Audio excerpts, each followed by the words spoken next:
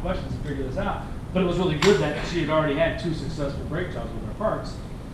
We pretty much knew it should be no problem with the parts. So we were able to dial that down and kind of have that situation. So, you know, and that's why in the Posi Quiet 2 is the only line where we offer, you know, semi-met, 104s, 105 ceramics, and the 106 extended wear pads.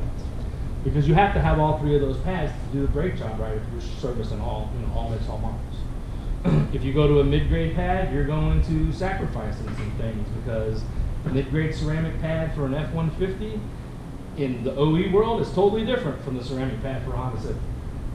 They're 2 different ceramic combinations.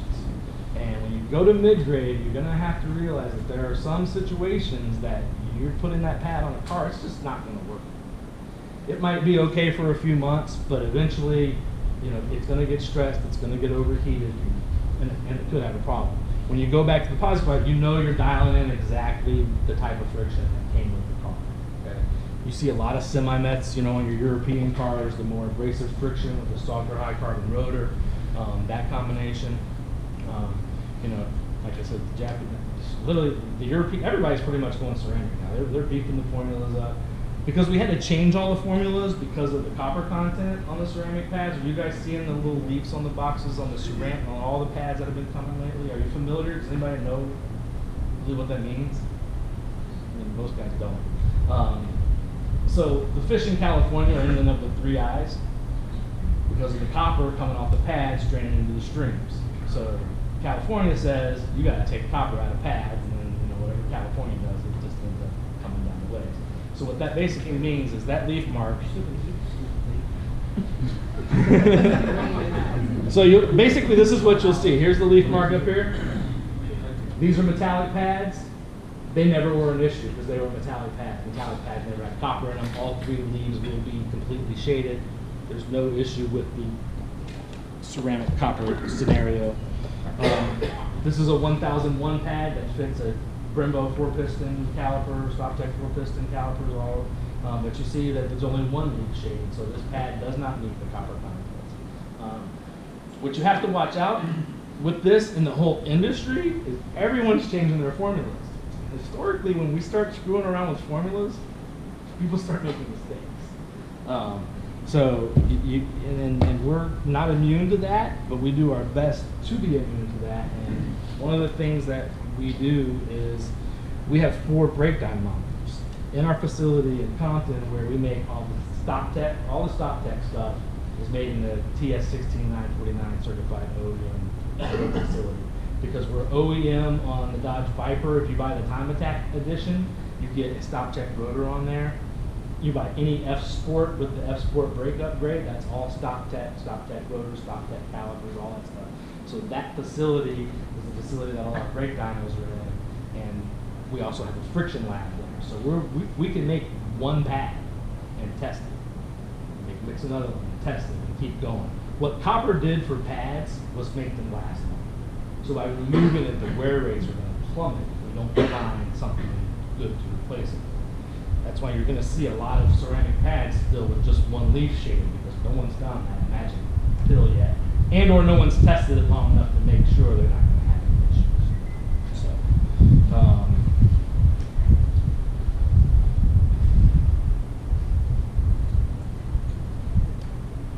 when I was there, this is a couple years ago now, this is just a short clip you got to watch really close. This is the brake dyno. I just grabbed my phone. Watch the sparks shoot out of the bottom of this here in a second. I'm pretty sure that's a medium duty caliper that they're testing. You see the sparks? See the flame? We're not just putting them on and cycling them. We're killing them. We gotta kill them. Because if we don't kill it, we don't know how to make it better if we don't make it fail. So with the brake dynos, we can do that. We can make it fail over and over again. Reformulate it, put it back on, keep improving it, keep going and going like that. And then a lot of that, you know, is rotor design. This is the engineering department, you know, where they cut the rotors in half, get the different vane structures. They have the machine that comes in, takes all the measurements. Literally our rotors, down to the metallurgy, are exact copies of the OEM.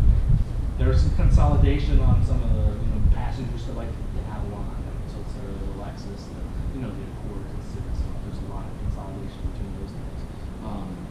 But, you know, Mini Coopers, BMWs, you know, Mercedes-Benz is a gazillion different brake. I mean, you go from like an F-150 that's pretty simple to, you know, a 5 Series Beamer that could be 6 different motors on it. It's even car depending on the options that came with it, you know. So it's not as, you know, you can't consolidate those. You got to have every piece, and the metallurgy's got to be right. The banging structure has to be right. Now, we're not driving Autobahn speeds around here. Some people might try to, but you know, those systems were really designed for high speed driving. And really for decelerating. In the U.S., we talk a lot about, okay, I can go 0 to 60 in 120 feet. You know, you watch Motor Trend magazine, it's always one of the tests. Okay. In Europe, in Germany, in Italy, on the Autostrada, how fast can I go from 140 to 80? They want to save their ass, and that's 60 miles an hour. How fast can I get the hit? I don't need to stop all the way, you know, because everybody else is going 120. It's just about, oh, something ran out in front of me or whatever. I just need to decelerate. That's why you know, you drive those European cars and you jam on the brakes, you get that through the windshield sensation because you've got that abrasive pad, the soft rotor, all that combination working together. Kind of like a plane, like decelerating and land the runway, you got to stop before you do the runway. You know, it's the same thing with those European cars because of the high speeds.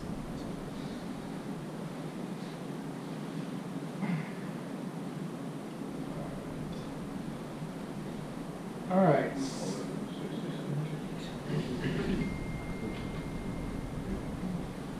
Okay, so now I'm going to get into the controversy that I get into every time I do one of these. The controversy is, guys, you all learned from somebody was your mentor when you were young in this business, or some of you guys are still young in this business. And somebody taught you along the way that rotors work. Okay? Somebody taught you wrong along the way that rotors work. Because the reality of it is, it takes 2,600 degrees to melt this iron, pour it into a casting. I'll show you that real quick. And your customers aren't going to see anything close to that kind of temperature. Okay? These are pictures of actual rotor factories in China. These are the ones that are not approved by Centric. You want to get to be approved by Centric. Okay? eBay's good. You know, I mean, you can just see the shoddy conditions. And look at the wires hanging out here. You know, this machinery's all beat up. I mean, I don't care if their females doing what they're doing. That's fine.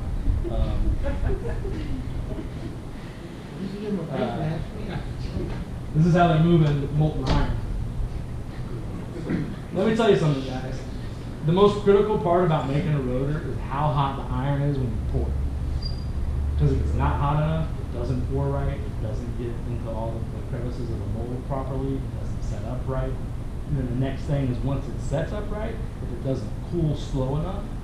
You know, anybody ever do any racing here? You go out, you do some hot laps on the track, you don't do any cool down laps, you get back and your drill rotors do what?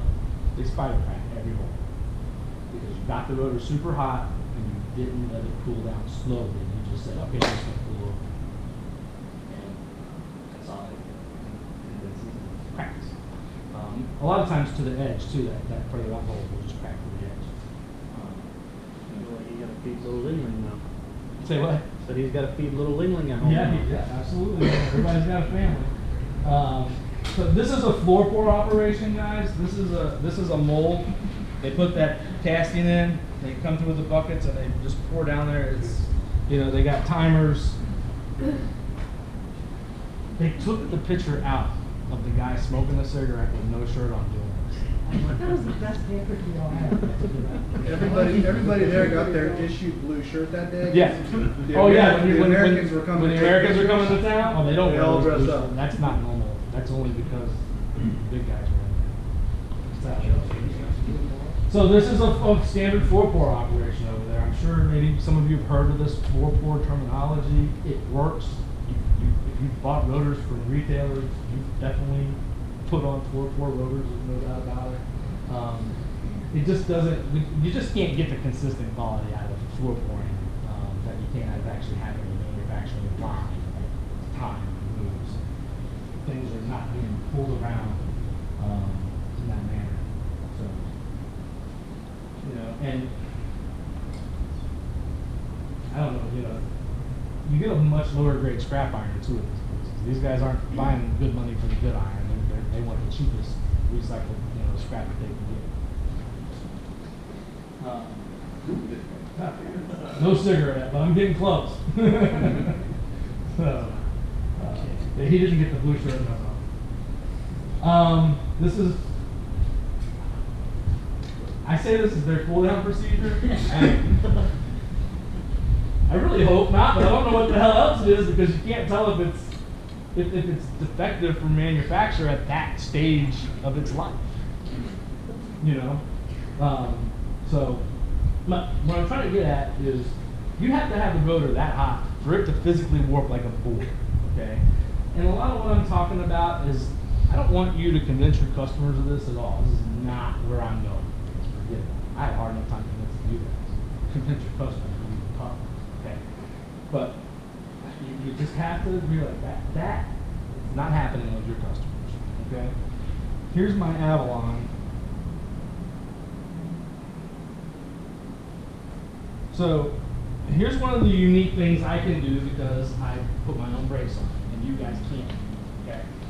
2013 Avalon, 30,000 miles on it. OE brakes. I didn't change them. I just bought the car. Even though I get the parts for free. I do work for free. I still just let them ride. I wanted to see how they work. 30,000 miles. I developed a brake chucker. I wanted to work rotor because I never got them that hot. There's no way that I worked those rotors. I just, just normal. I lived in Fredericksburg, so I hit that 95 four-door, freaking phone, jam on the brakes a little bit. I'm not getting that. So I had a suspicion that the driver's side was my predominant pulsation issue. So what I did, and you guys don't ever do, is I just changed the left side. I put my premium 120 rotor on there, and I put my 106 extended rear pad on there, because that's a pad. I sell the fleets. That's like my go-to pad for me, for my vehicles. If we make it on a 106, I'm putting on a 106. If these guys ask me for pads and we make it on a 106, I'm giving it to them on 106. Because I just know on police cars, I don't have any problems with that pad. So I doubt anyone that I'm getting brakes for is going to be driving on the tops. So I'm pretty sure they're not going to have any issues. Plus a lot of my buddies have trucks. So if we're running from them, that'd be huge. So if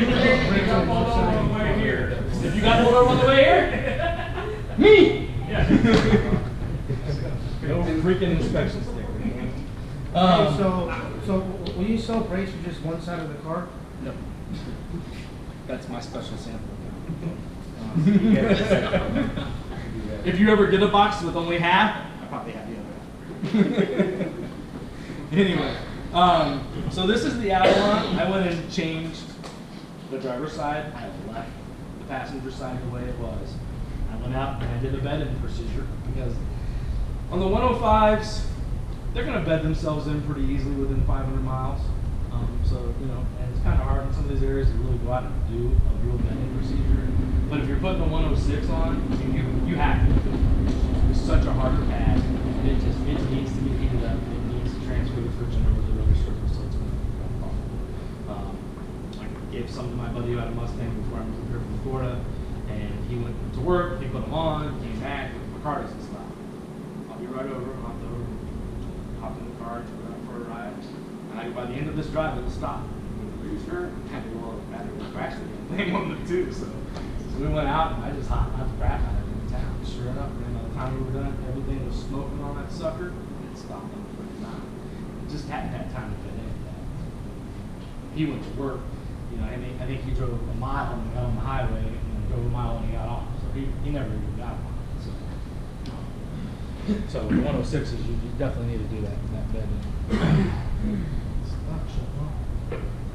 All right, so I went and did my bed in. I came back. I took the temperature of the passenger side rotor. 316 degrees. I went over to my rotor and my extended rear severe duty pad, which you would think would run hotter than a ceramic OEM Toyota pad. And that rotor was only 267. And I didn't just take the picture of the good measurements. I went up and down, close to the hat and back, because we know these red thermometers, especially when you're measuring that. In any video you ever see of a glowing rotor, it doesn't glow around the edge of the hat. If it's glowing around the edge of the hat, that's freaking glowing. It just doesn't. The more mass it is, it cools off, it doesn't get red and hat and stuff. So 267, now that was a vetting procedure. So the next day, I drove from Fredericksburg to Gainesville and stopped and go to rush hour traffic. And when I got there, I hopped out, I had my thermometer. I'm on the driver's side, so I hopped out and took that measurement first, 145, that'd be my rotor, and my extended wear pad. And the OE side was 194. The rotor was a little bit different. The OE rotor had kind of a V on the edge, and my rotor, the fins came all the way out. So that was the only difference in the two rotors. I don't know how, it's almost a 50-degree difference. There's highly likely that that little bit of extra metal would cause that much more of a cooling. I think just overall the rotor was just performed better than the OE rotor. They both weigh the same. Yeah, they both. Yeah, I went there. If you want, where's my guy right there? We do too. You got it, man. That's where they get you, and that's where I get killed. Man. You get up into F250s and F350s. My price is great when you're on the passenger cars and the small SUVs and stuff. But the heavier that rotor gets, the more disproportionate my price gets, because we make it the weight it was from the OE, and everybody else starts going, you know what? That's too expensive. Let's make it a little lighter. Let's take out some things. Let's.